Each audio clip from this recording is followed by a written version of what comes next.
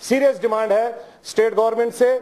जब गुजरात में किलिंग्स हो गई थी माइनॉरिटीज की, तब अगर एसआईटी लगा था चीफ मिनिस्टर के ऊपर, तो उसी तरीके से 2010 का एसआईटी लगना चाहिए उमर अब्दुल्ला के ऊपर, because he was the chief minister. अगर उस टाइम 128 बच्चे मारे गए तो उसके ऊपर एसआईटी के माध्यम से निकलना चाहिए कि ही इज द इन्वॉल्वड और ही इज डायरेक्टली और इनडायरेक्टली इन्वॉल्वड। अगर उस टाइम एसआईटी लगा था उस टाइम चीफ मिनिस्टर, तो chief minister was directly involved. उस टाइम भी जो किलिंग्स हो गई थी, उस किलिंग्स में अगर चीफ मिनिस्टर को इन्वॉल्व किया गया था, तो मैं चाहता हूं इस गवर्नमेंट से कि वो एक एसआईटी कमीशन निकाले और उस कमीशन के माध्यम से इसमें इंक्वायरी स्टार्ट करे कि 128 बच्चे में हम लोग सपोर्ट भी नहीं करते हैं इस चीज को कि अगर कोई पथराव कर रहा था, पत्थर मार रहा था, वी डोंट सपोर्ट दैट, लेकिन पत्थर मारने वाले बच्चे को आप फायर नहीं कर सकते हो, गोली नहीं मार सकते हो।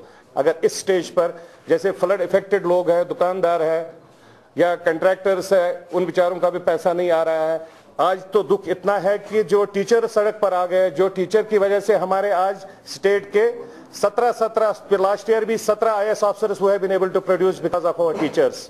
आज अगर उन टीचरों को भी हम तनख्वाह नहीं दे सकते हैं, तो ये हमारे को इससे बड़ी मत देता हूं। जहां पर कोई काम हो रहा है तो हमें out of all political system से बाहर आके कोई भी अगर कहीं पर भी काम करता है तो वी शुड सपोर्ट इट। हमें उसमें हम पूरे दिल की गहराइयों से उनको मुबारकबाद देते हैं कि अगर आपने इंडस्ट्रियल पॉलिसी स्टार्ट की है जिसमें इंडस्ट्रियलाइजेशन अगर कश्मीर में आएगा, जम्मू कश्मीर में ये लोग काम कर सकते हैं, आईटी इंडस्ट्री है। अब हम कहेंगे हमारा Jammu and Kashmir tourism setup है, टूरिज्म सेटअप को पोल्यूशन की प्रॉब्लम हो जाएगी। अरे पोल्यूशन उतना नहीं होता है, आईटी इंडस्ट्री में कोई पोल्यूशन नहीं है। आप आईटी हब बना सकते हो, यहाँ पर आप रिसर्च एनालिस्टों को ला सकते हैं, जो रिसर्च एनालिस्ट बाहर काम करते हैं, दे कैन वर्क हियर।